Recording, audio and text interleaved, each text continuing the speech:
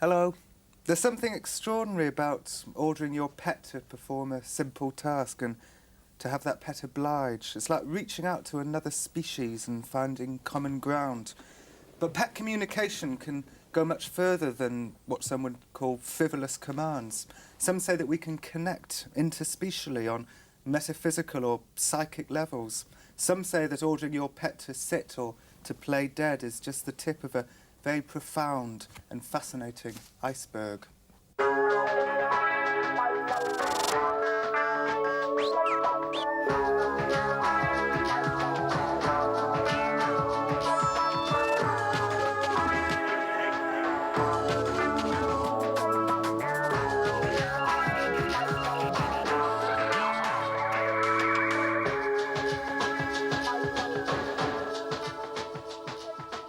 Hello, my name's Pam Smart and I'm a researcher looking into unexplained animal behaviour.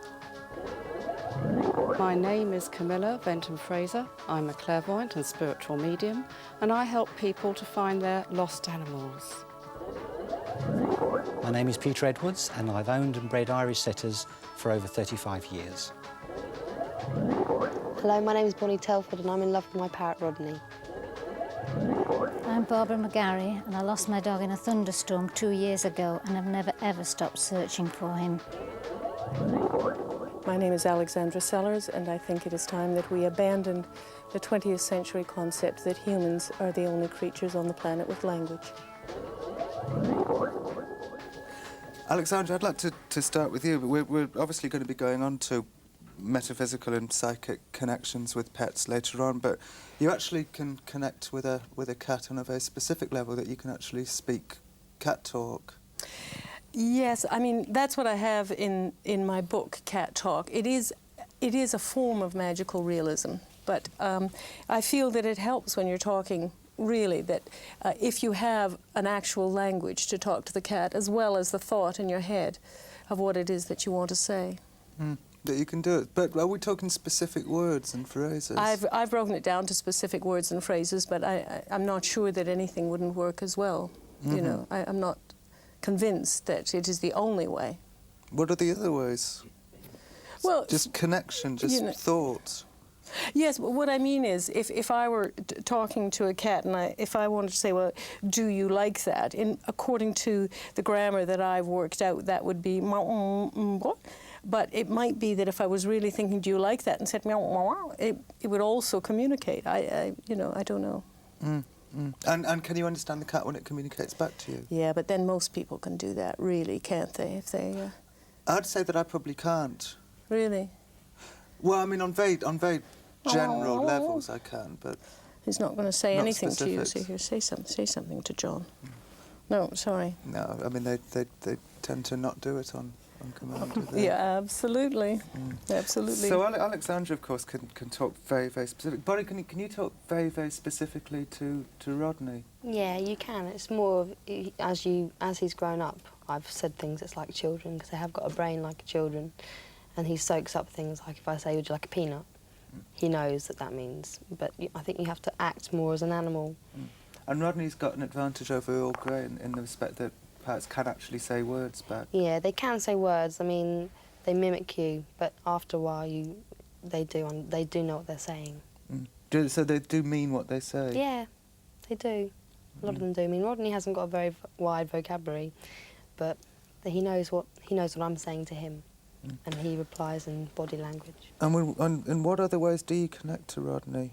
Well, parrots have, the way a parrot shows its greatest love is by regurgitating its food. And so it'll throw up for me, basically. And I do the same by giving him kisses. And he puts his tongue in my mouth, tastes my spit, and that's more. So he thinks that I'm doing the same thing to him. Of course, the passing of fluids is the closest and the most emotional thing one can do. That's right, because they feed their children like that. But us as humans too. Yeah, humans as well. So they have, I don't know, but they must. He knows I love him because I do the same things. Like if he bites me, I'll bite him back. So we have an understanding, me and Rodney, more than anything. And is he all right about that? Yes. if he bites me too hard, he gets a bite back and he knows not to do it again. And it's the same with me as well. And do you ever... Well, you'd never bite the little kitten, though, would you? Well, I have been known to bite a cat's tail to teach it not to claw too hard. You just, you know, with animals, sometimes just a little munch on some vulnerable part will often teach them. Horses, you do that too. You bite them. If they, you know, if you have a horse that bites, if you ever, no, and you just take a hold of its ear and give it a good solid chomp, and it will very soon stop biting. You see, I'd fear that. Because obviously the horse is, you know, can trample you. And... No. Well, I mean, it would have to get into an awful frenzy. No, you just take its ear and go like that. And then the next time it looks as though it wants to bite you because they get a look in their eye when they're thinking that. Then you just stroke the ear and then it pretends that it never meant to bite any. And you stroke, and it goes, oh, I wasn't going to bite you. These specific... I want to home in on the regurgitation, if I can, Bonnie. I mean, the last thing I'd want to do is to actually ask you to regurgitate, you know, to order, because breakfast. he does. But when do you actually choose to regurgitate? When he sees me, when I come in first. So every day. Every day he does. Every day he throws up for me, and I usually just give him a kiss. I mean, I don't obviously throw up for him, but I give him a kiss. He puts his tongue in his mouth, he tastes my spit, he knows it's me, and he knows everything's okay. Do you think Rodney doesn't seem to be having a good time? You're right, Rodney. Come here. Come here. Come on. Good boy. Okay. The chances are he can hear things that we can't hear. He probably is a lot more sensitive to what's going on around us. That's right. I mean, he's not too sure, but I think he's just taking in the atmosphere and sussing people out, because he does that. How did it all start? Have you had parrots before, or...? No, I've never had parrots before. But you built a relationship straight away? Yeah, straight away with Rodney, because he wasn't a very outgoing parrot until I met him, and I brought him out of his little shell, I suppose. Is the devotion only to you, or anyone else in the family? Yeah, it's only to me. If I'm not there with him, he'll sit on other people, but if I'm there, he won't have anything to do with them. And is it the fact, I mean, you've got this very close relationship, but is it because Rodney's a parrot, or is it because, I mean, if you had a different parrot, would you have a different relationship? Is it, what I'm saying is it all parrot kind that you feel this way towards, or just Rodney? Just Rodney. I've got other parrots which I work with and stuff, and I've got relationships with them, but it's not on a strong level like Rodney. I could understand if he thought that you were his mother, but regurgitating sort of turns it on its head, because you know, the mothers regurgitate for their young, so why is he regurgitating for you? Because you're not his young. No, but he feels, I'm not too sure what sex Rodney is, to be quite honest with you all, but when they find a mate, they do regurgitate their food for them, because they're showing them love. So it is a relationship thing. Yeah, it is a relationship. I mean, he only does it when he wants to show affection to me, and if he doesn't, then he doesn't. And you probably give him the stability he needs. Yeah, I do. You're there. That's right. If anything goes wrong, he flaps onto me. You run to your mum. Does he protect you? He does, yeah. So, in fact, it's not just him running to mother? No, he does protect me. He doesn't really like males coming near me.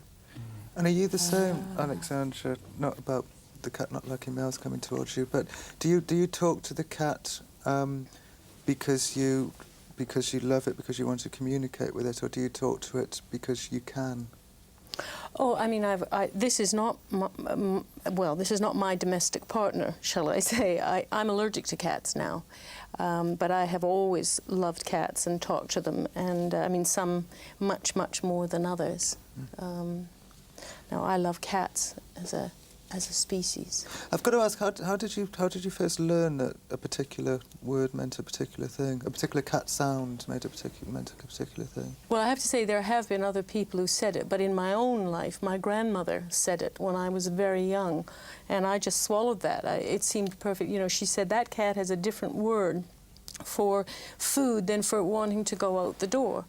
And I was far too young to really understand what kind of an iconoclastic statement that was. But as I got into this, I discovered that there have been, you know, before the 20th century, many people assumed that cats had a language. From Montaigne, who's, what, 15th century, through to a man named Grimaldi just at the end of the last century, who felt he'd come up with 600-word vocabulary for cats. So it's been done before, but just in this century, we tend to think we are the only creatures with a language. That's what's happened in the 20th century. So speaking to the cat, do you think we can learn more about ourselves if we know that there's another species on Earth that can communicate properly? Well, I think all other species on Earth can communicate properly.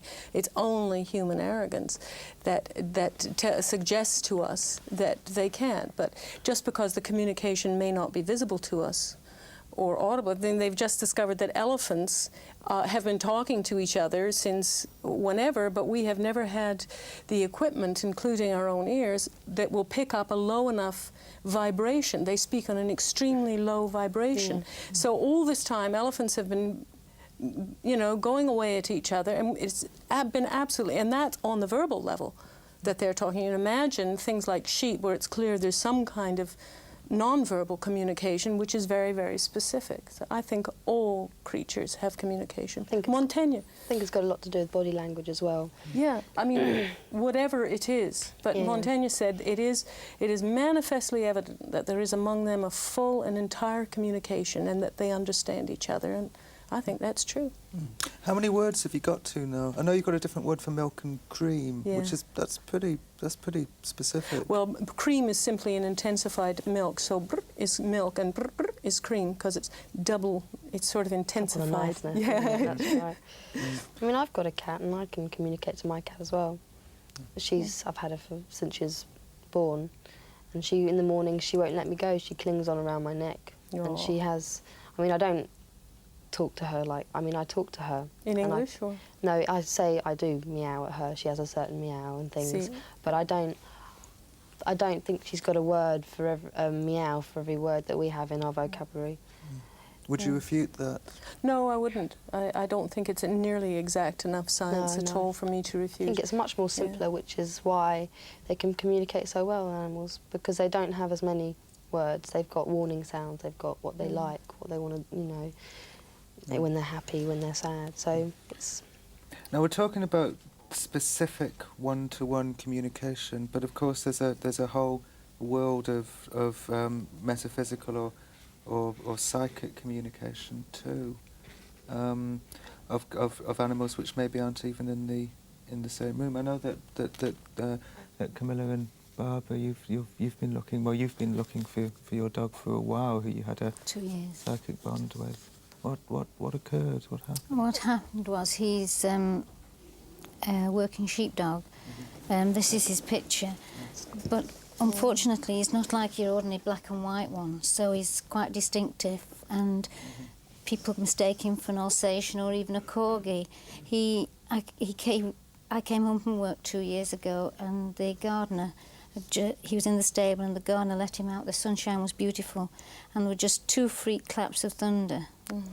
2 of the dogs ran in the house, and Noah bolted, and we have a 9-foot gate, and he never goes out at that gate unless he goes with me in the car.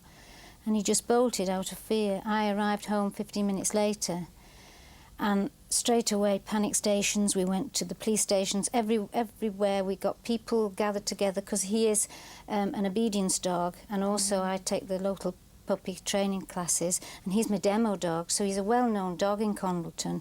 And within an hour, I would say there were hundreds of people helping me look, and he's disappeared. This is the first day off I've had in 2 years looking for him. We have done literally everything.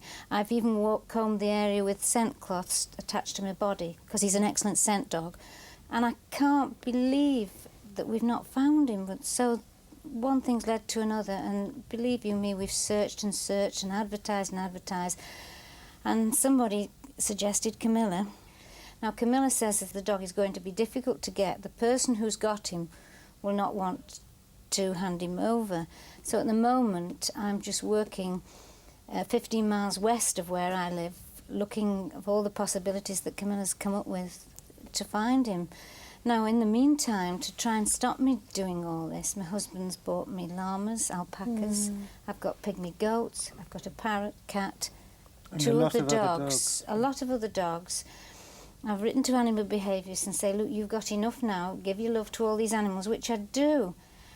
But something in my heart, I just can't not do anything. I mean, I've done some silly things, like even writing to Bridget Bardot. Now, what can she do in France? But I had to write on a day when I was on a low ebb. What do I do next to find him? I've even walked the llamas round the countryside in the hope to give a scent if the dog was there. And now it's got that people ring up and people are leaving flowers. On one bonfire night, a lady lost her dog only for 2 days and she came with a bouquet of flowers. She said, I don't know how you've done it, but it's only people like us, really, that would understand. If you love animals, you love them. And I have to be seen.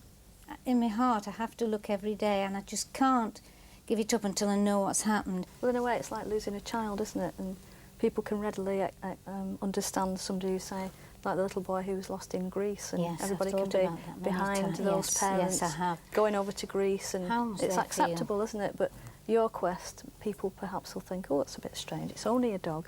And to you, it's not only a dog, it's a big part of you that meant a very deep thing. On this, there's various depths of love, there's various depths of feeling, and people can love superficially, people can love shallowly, people can love deeply, and it's a particular depth of love.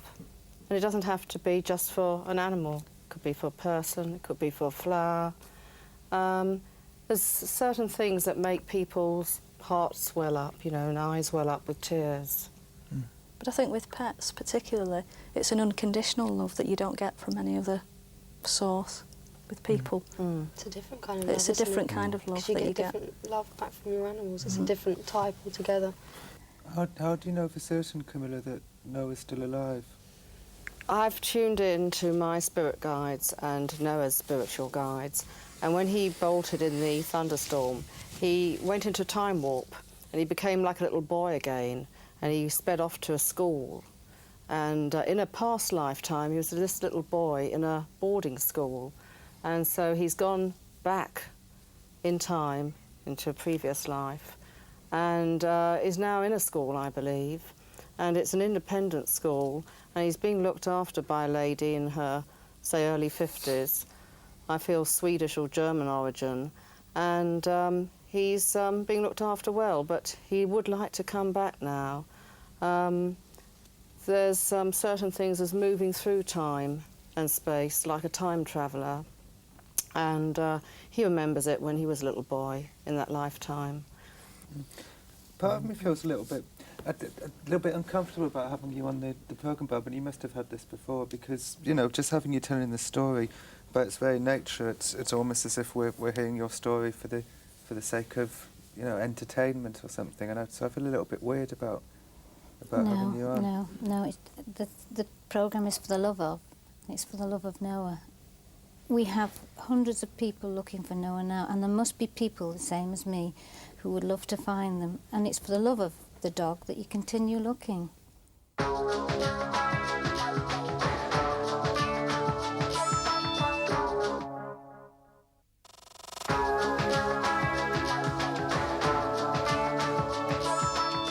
How exactly do you receive these communications?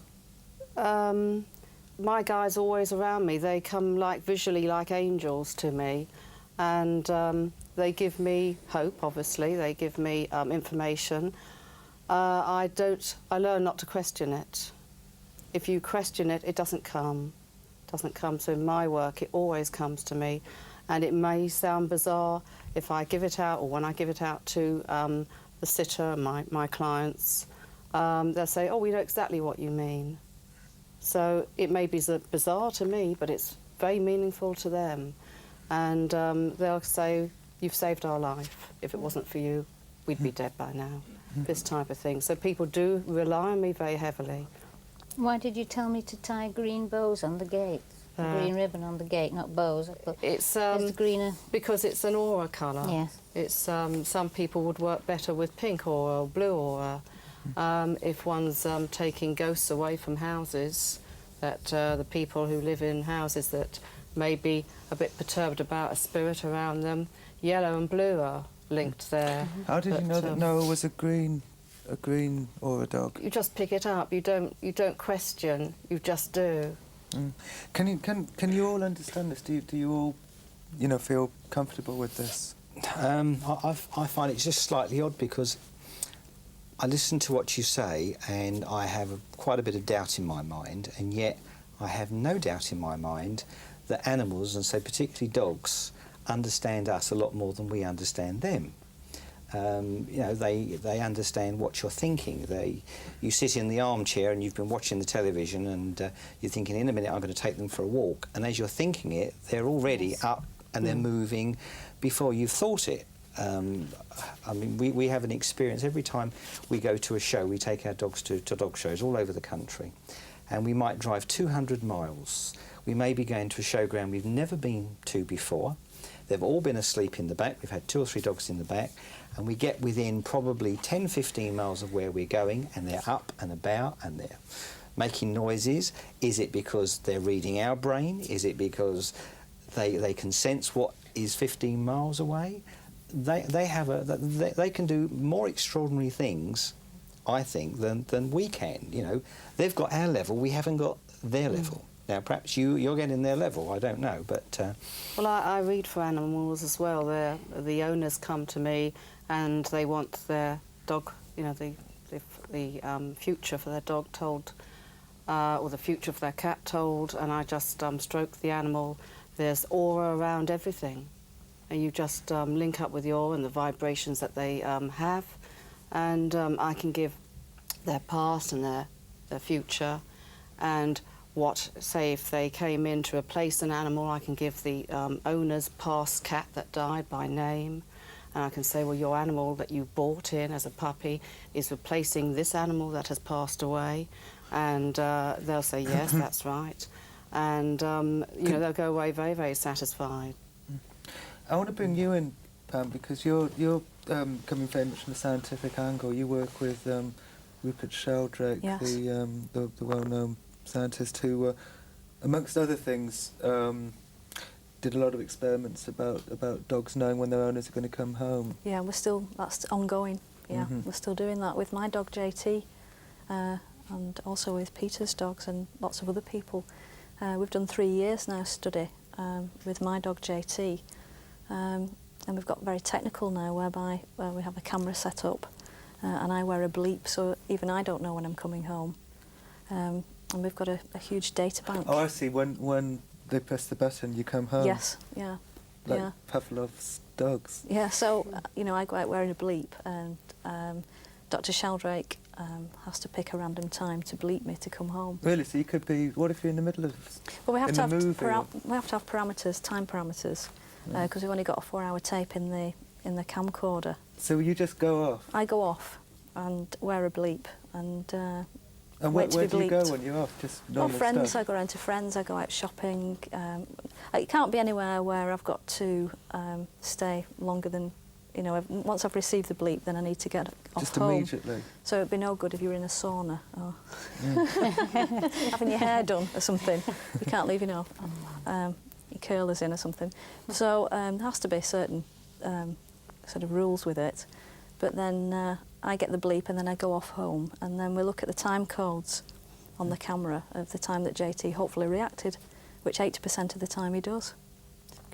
80%? 80% of the time. The 20% that he doesn't so far have been about a bitch being on heat somewhere.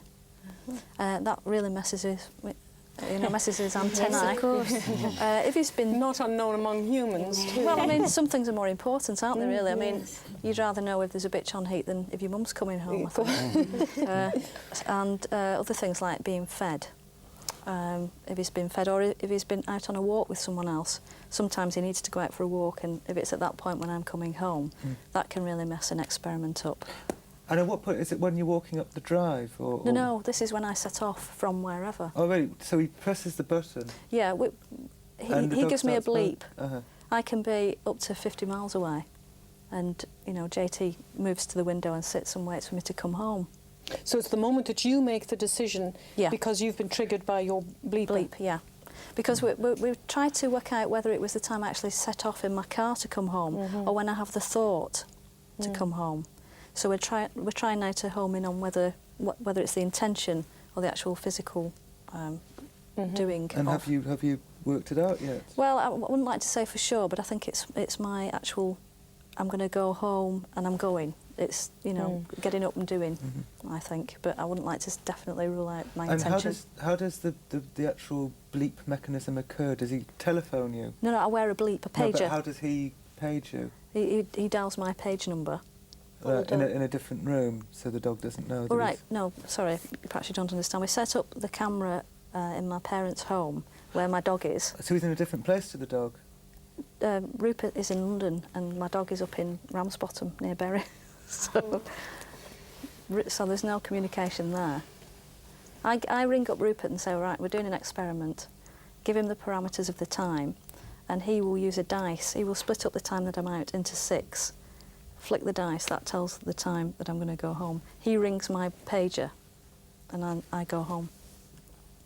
So all 3 of us are in different places. Does Rodney know when you're coming home, or is Rodney always with you?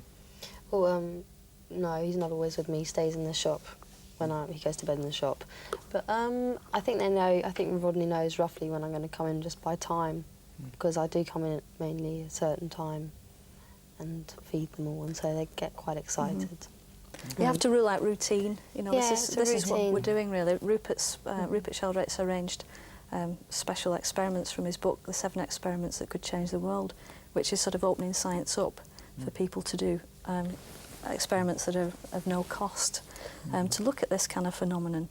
But there's clearly something going on there. And I tried the same experiment purely out of curiosity, and that is that forever I've been coming home at any hour from 4 or 5 in the afternoon till 7 or 8 o'clock in the evening. We have 6 dogs, and I would get home and my wife would tell me that probably 5 of them had sat at the gate for 20 minutes before I got home, which could be routine or whatever. So on one occasion I actually left work early. I got to within about 10-15 miles from home. I left my car, I hired a cab. I said to the cab driver, just take me home, and when we get there I want you to bring me back to my car, which he didn't really understand, but I said, but when we get there, just tell me, you know, as a witness, what is happening at my gate. And when we got home, there were 5 dogs sitting there waiting. And my wife said 20 minutes before, you know, they'd gone up to the gate and they just sat and waited. So it couldn't be my car, it couldn't be routine. But it's something that they do quite naturally, quite easily. There's a morphic field, you see, that Rupert's theory of morphic resonance is that there's an invisible elastic band from your dogs to you, and like my dog JT to me, and thousands and millions of other people out there with their pets. And it's not just about knowing when you're coming home, it's about knowing, you said you had the thoughts of, I'll take them for a walk in a minute, and you don't show any body language, and up they jump, and they're there, and they know.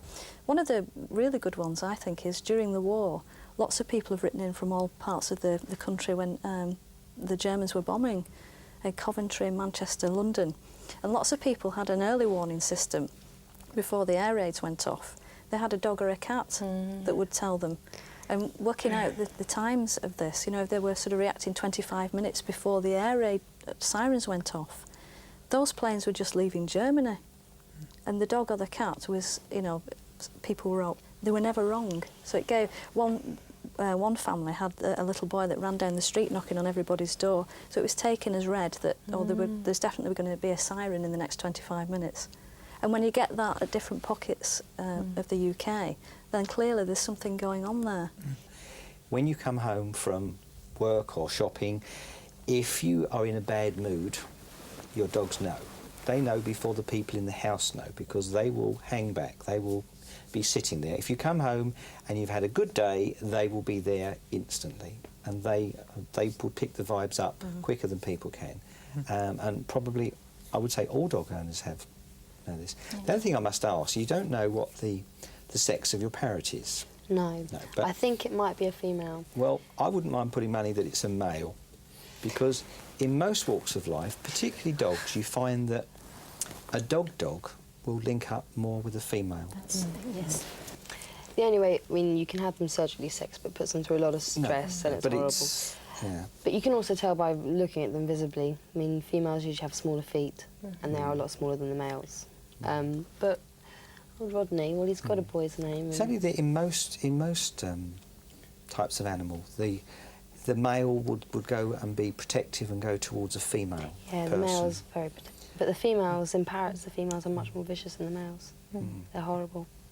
The females are? Yeah, especially if they have a pair, you know, if there's two birds together, the female will always that's the same in most animals. I mean, you know, you get the lioness who goes to kill the food. The lion just lays there and is lazy. That's right. Have you heard of Pat Dog? I was just thinking of that. Yes, there was a lady. Retriever. Unfortunately, she died now, Mrs. Scott Aldish, and she had an English setter, and probably 20-25 years ago.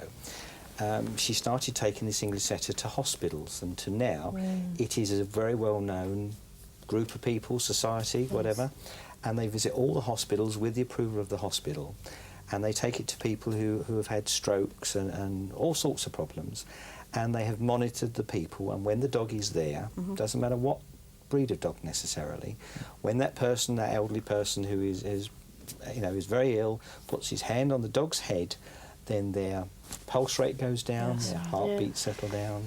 And you know, my grandmother was diabetic, and you know you can't amputate with diabetes. That's do you know that? Yes. And she got gangrene in her toe. She had bad feet, and she went to bad circulation. No, she had a hard. Anyway, there was a man whose job it was to cut off bits of it. He cut two things, and she got gangrene. Right. Now that's death. She was 65, and that's a death warrant for a diabetic, because if they can't cure the gangrene, which in those days was certainly incurable, I don't know about now, but you can't amputate because it just moves up, and so you end up amputating right up till the last, and then that's it. And Nipper, her dog, I mean, she had everybody over this thing, because, I mean, Nipper, her dog, one day sat down in front of her foot and insisted that she take her shoe off. And I guess this is the same woman who told me that cats spoke differently, so she finally took her shoe off. And that dog, I mean, this is so ridiculous, but every day for 15 minutes, between 12 o'clock and 12:15, Nipper licked that gangrenous toe. Oh, yeah, I believe that. And within, well, I don't know, a few months, it was healed. Now, the doctor took credit for it, and her chiropractic son took credit for it, but we all knew it was the dog. Nobody was told about the dog. I'm sure the doctor and the chiropractor are still taking credit for the one gangrenous cure they've had in their lives. Well, I know my uncle is, but it was the dog. Well, I was reading somewhere yesterday about this. They have some kind of antiseptic on their tongue. That's why they say go away and lick your wounds is a really good thing, because that's what we do. All this stuff comes out, you know, and then science accepts it and says, oh, but you know, 5 minutes ago you were an idiot for thinking that. That's what kills me. Yeah, well, the Galileo syndrome, isn't it, really? Yeah, really. We are more likely to get an infection from a bite from a human being than from a dog. Really? Right. Yeah. Yes, which is a fact, and it must be to do with whatever the chemical ingredients are in their mouths. Can I ask about some of the more negative aspects of being so close with your animal? I mean, Bonnie, it must be, it's quite a responsibility to be with the parrot always, and you know, does it put people off? Puts a bit of interacting with you? I want to go travelling next year, the beginning next year, and old Rodney, he gets very angry with me if I'm away from him for too long. He gets very upset because I should be in his books with him the whole time. Because once parrots found a mate, they stay with him forever. And so he's I think that's all your pet wants, is to be with you. That's all they want, more than food. Our horse does the same. We go on holiday and the horse sulks for 2 days when we get back. The dogs sulk. You know, I mean, you are their talk security. To me. He won't come on me for 2 days. They turn their backs on you, don't they? Oh, yeah. I go and see him and he's sitting in his tree and just turn his beak up.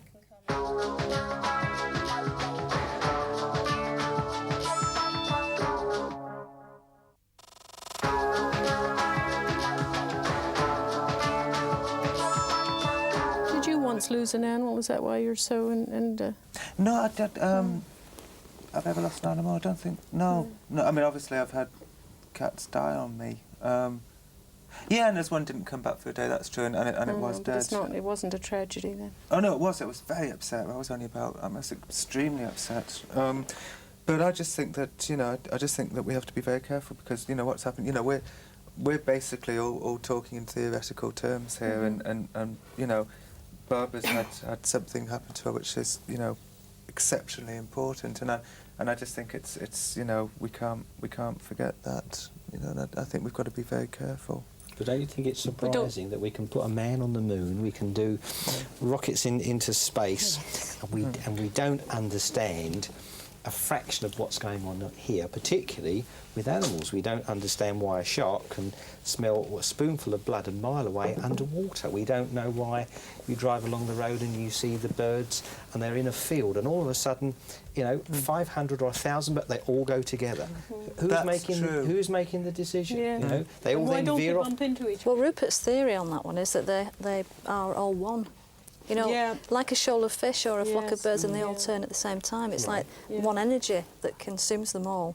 Yeah. So there's no actual leader? No, I think so too, and I think that's what we are, that's part of what we're meant to be getting back to, that sense of, you know, this individuality is fine as a stage, but in some way we've got to be getting back to... Well, we're sort of stuck in mechanistic science. That's our problem. You know? Well, we've gone away from folklore and people's, you know, people out there on the streets, what they feel and what they think. We've got away from that. Yeah.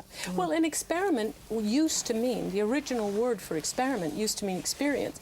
Somewhere, in the French it still is, expérience, but somewhere along the line we decided experiment meant not experience. It has to be completely outside of the experimenter's experience. It just has to happen. Well, and I think that's, and then you get down to quark level, and it is affected by the experimenter. So you know, there's all this confusion of what experiment used to mean, you know, and what that used to be. It used to be what you experienced. Yeah. And we just don't want to do that anymore. Do any of you actually prefer, and it's a difficult question to ask, but do you prefer your animals to your humans? I do. Yes, I do. To a lot of humans. To a lot, I wouldn't dare say, because I have such a big family, to all. But he's one of the nearest things to me, my dog. I must ask Bonnie, because, you know, I mean, you know, Rodney's a, you know, really, you know, nice parrot, obviously, but you know, but with humans, you know, it is a wider range of experience. Very different, but I just find that animals are they're just not so complex as humans. They do everything so simply, and it works. I think the biggest thing they don't do is lie to you. That's right. That's right. The spiritual world is all about simplicity, not to be complex. That's right. That's really interesting about what you said about the simplicity, because I mean, I wasn't really talking about, you know, sort of having friends lying to you and stuff, but just sort of general things, and this may sound facile, but, you know, you come out of a movie and you talk about it. Oh yeah, no, I love people. I love humans. It's just I feel sometimes that they're quite scary in a way, because they are. So, I mean, if you think about it, humans have made the world, you know, they've destroyed it. We don't like change. People like things to be on a relatively regular pattern, and animals have a far more regular pattern. That's right. You could. We were talking about somebody, you know, who threw a dog into a canal. If the owner who had thrown that dog into the canal pulled it out, that dog would go up and be just as affectionate as before. Yeah. So we've got hidden agendas. Are you saying then that animals never have hidden agendas? Do you never get malicious animals? He gets a bit naughty. If he's angry with me or something, he gives me a pinch. He really will. I mean, if an animal is naughty, if he's bad, you know he's bad. You get a rogue. You're going to have a rogue. With a person, you're going to have a rogue dog, aren't you? You're always going to have the one. We have it in human beings. But with people, you sometimes get a little bit disappointed because you think they're superb, and then there's the naughty side. I had a cat named Tuffy. I mean, malice is not in it, but devilment. I used to make my own clothes, and I had this you know, walk through sitting room into the kitchen. And it came through the flat like this, you see. So, and I would take my 2 yards of fabric and put them off the beaten path, as it were. I'd shift the sofa and get it over there and spread it all out and get my pattern down. And Tuffy would come in from the bedroom, because he went out the bedroom window, and he would come in and he'd stand at the bedroom door and look and know exactly what I was doing. And then his ears would go back and his tail would go down, and he would run and make this sharp turn and squaff, squaff, squaff, squaff, squaff, squaff, squaff, all down my 2 yards of fabric, and then off this went into the kitchen. I mean, it was. It's like trying to read a newspaper, isn't it? With have you? I mean, do we all have that experience? My cat, whenever I have a newspaper out or books, the cat will go and sit on the newspaper. They just stay there. You can't read then the newspaper. That in my book, and I think attention is visible to cats. I have this thing. There's and there's comfortable attention and uncomfortable attention. I mean, this is just my experience with cats. And when you're reading something, that's very comfortable attention. Whereas very often, especially if a child is really focused on the cat, it gets too hot or something. I don't know. So if you're reading something, they like that, just the way they like sunlight. What, you mean like too much love? If a child's got too much affection towards the cat, can you love a cat too much? No, I didn't say too much love. I said too much attention, too focused an attention. I mean, children will also respond negatively if you have too much. You know, if you're too focused on a child. Yeah. And I'm an adult. Yeah, well, there you go. So, but, you know, you just, apparently, you give off just the right kind of attention when you're reading a newspaper. But they just like because it's needy. See, we're talking about neediness, aren't we? Because sometimes I think people can be too needy. But is it a vice versa situation? Can we get, can cats be too needy?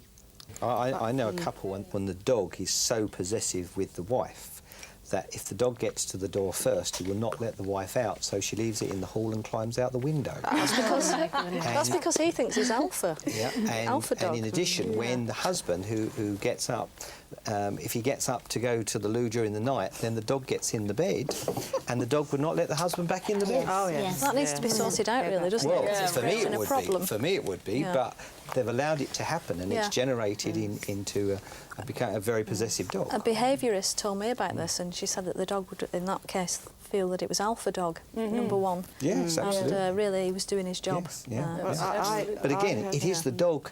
It is a male dog with a female again. You don't normally find it with a female dog and a female. Right. How can we communicate better with our animals? I think by wanting to, by being willing to. Would you agree with that? Yeah, by having respect for them, I think. Yeah, respect for them. Thinking that they really do know a lot. By being open to it. I think we are communicating with them and we don't realise it. I think they are taking more from our brains than we I know, but that puts us in a very ignorant position, and it behooves us to become more intelligent. We are. One winter, I was taking them for a walk, and I think I had 5 with me, and I could hear this terrible screaming, and it sounded like a dog in distress or whatever. And when I got there, beside a bank of a river, it was a fox, and it had gone into a snare. And it had gone round and round the post until its 2 back legs were tied to the post. So I sat the dogs down and we looked at this fox, and I thought, well, you're a fox, but there's no way I can leave you there. So I went home and I got my wire cutters and I went back with the 5 dogs. I got them all to sit down and I cut every wire and took it out from the fox. And the fox never did anything at all. It never showed any aggression. It just watched me. Its mouth was about that far from my hand, and it probably would have bitten my finger off if it really wanted to. They know, though. They do know. If they do know. As long as they haven't got a sense of danger. Are they reading our brain and we can't read their brain? Because they seem to pick up so much. I don't know, dolphins particularly, I think, are one of the just one of the cleverest animals, and I think we've a lot to learn from them. From them, that's right. Yeah, they can sort of home in on people who are depressed and things like that. Give so much in working with autistic children and fascinating things. Dr. Horace Dobbs has done a big study with them, and he's had something like 500% success rate with autistic children. How can they home in on depressed people? Can they sense that there isn't as much dolphins serotonin pick up as there emotion. should be? They pick up, dolphins pick up emotion. That's why they can pick up, for example, when somebody's in the water afraid of sharks, right, and they will come and circle or something. They have been known to do that to keep the sharks off until rescue. But it's as though they pick up on all that people who've been suicidal have suddenly had an adrenaline boost and lived their lives in different ways. There's lots of stories about this. By sort of hanging out with dolphins, people who just have, That's run out of the will to live. Yeah, pregnant women. Babies in a dolphin tank. Really? They know that they're pregnant. Does that happen a lot? It happens in Israel. They can be born underwater, they can't have they? a little Babies? dolphin birthing pool, or a big dolphin birthing. I don't know. I've They never now been have there. a dolphin therapy up in Scunthorpe, of all places, apparently. Really? You're in a tank and you get all the dolphin noises and things. It's And you a can have your baby therapeutic in thing. that too. I don't know if you can have a baby there, but I think there's a lot to be learned from dolphins, and it's one of my dreams is to swim with a dolphin. Yeah, one of mine Oh, mine too. Is Just there anybody who wouldn't give Please. any Anybody who amount? doesn't want to do that. I mean, do you want to do that? Yeah, I'd love to. Yeah, absolutely. Well, apparently it does something to you, something that you can't totally put into words. But I'm reading a book about it at the minute, and it's fascinating stuff. Perhaps we can clear up the great controversy of the dolphin sex case of a few years ago. Is it true that the reason why he was holding on to the dolphin's erect penis is But because dolphins do that. that's how you swim with dolphins? Yeah, Yes, of course that's it what was. they don't. Because It's a useful piece of equipment. Because in Flipper, if I remember rightly, they'd hold on to the fin, but of course the fin slides Yes, off. well, correct me if I'm wrong. Flipper was a Walt Disney movie. But Flipper was well, that's true. Yeah. And I guess, they wouldn't really do the erect penis thing in Flipper because that opens up a whole new sort of, Well, exactly. dilemma. They use it. They use their penis erect for other things other than what you use yours for. Well, that proves right there that they're more evolved than the human male. It's a handy little thing to have, really. Yeah. So Well, they use it. They do use it for that, for gripping things. Right. Now we're on the subject of the well, very tangentially on the subject of the carnal aspect of the proceedings. Do you think if there's such physical emotions going on with your animals, is the line between an emotional love and a physical love really so far away? I have no opinion on the subject at all. Is there any opinions floating or just waiting to be told about this matter? Pass. Not something I've ever thought about. You've lived with at one time 25 cats. Oh, it was on a farm. They were house and barn cats. But do you find yourself? Does one find oneself adopting the animal's characteristics? For instance, didn't you used to drink milk from a saucer? I did that once. I mean, Just the cat, the one occasion. when I was 5. It was a scientific experiment. When I was 5, I asked my mother I said, but I mean, lots and lots of children become other things. I remember when Peter Ustinov confessed that when he was 4 or 5, he was a train. Has anybody, I mean, children do that sort of thing. And when I was 5, I was a cat. And I asked my mother to serve my milk in a bowl on the floor with the cat. And so then I got down there and started to drink it, and I discovered that the cat could drink it. I mean, the level was definitely going down in the cat's bowl, but even though I was performing the same action, flicking my tongue into the milk, it wasn't actually getting me any milk. So I examined the cat's tongue, and I could see the milk dripping from these little prickly things on the cat's tongue, and that was my first independent scientific observation about cats. But no, I never went through a seriously neurotic I am a cat period. I think it's quite normal. It's quite normal. But you encourage the sniffing of the cat's bottom as a greeting. Well, I do say the book is magical realism. I'm trying to make a point without necessarily wanting to be taken literally. I took your book literally. Did you? Yeah. Oh, well, you better have another go at it. Thank God there weren't any cats about when I was reading. Yes, you might have sniffed somebody's bum. I know with dogs, it's frequently the people that buy a certain type of dog are like the certain type of dog.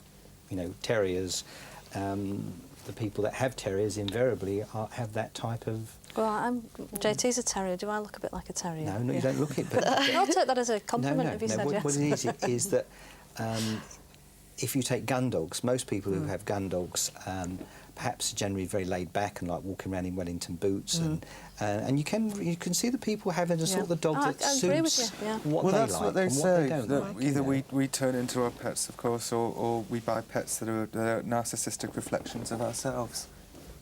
Well, Maybe. I have 2 giant poodles, and I got the poodle type hair as well. Right. So Yes, and I'm elegant, hopefully. Well, poodles have been turned into into a showy dog, but originally they were a French gun dog. But you know, probably as an artist, you know, you like the shape and the size and the colour and things like that. But you see, when I was 10 years old, I speak to my guides all the time. My guides speak to me, and when I was 10 years old, my guides promised me an apricot poodle. My best friend had a miniature apricot poodle, and I loved that dog so much. I said to my guys, oh, I'd love to have an apricot poodle when I'm older. So it was a promise that I would get an apricot poodle. So I had to wait 35 years, and I was sent down to Wales on a bit of a mystery tour by my guides, and I came back with an apricot poodle bitch. Strange, isn't it, really? I'm just thinking back to my own experience with JT, and he was scruffy. I didn't think, oh, what a lovely little dog when I saw him. It was the eyes, though, where we connected. Something the very eyes sweet mirror the happened. soul. And people, there's a lot of responsible people, and there's a lot of, say, irresponsible people, but it's always linked with old souls and young souls. The eyes show everything, don't they, really? You look into someone's eyes. I find it anyway. I find if I meet someone new, you look into their eyes and you can tell friendliness or, you know.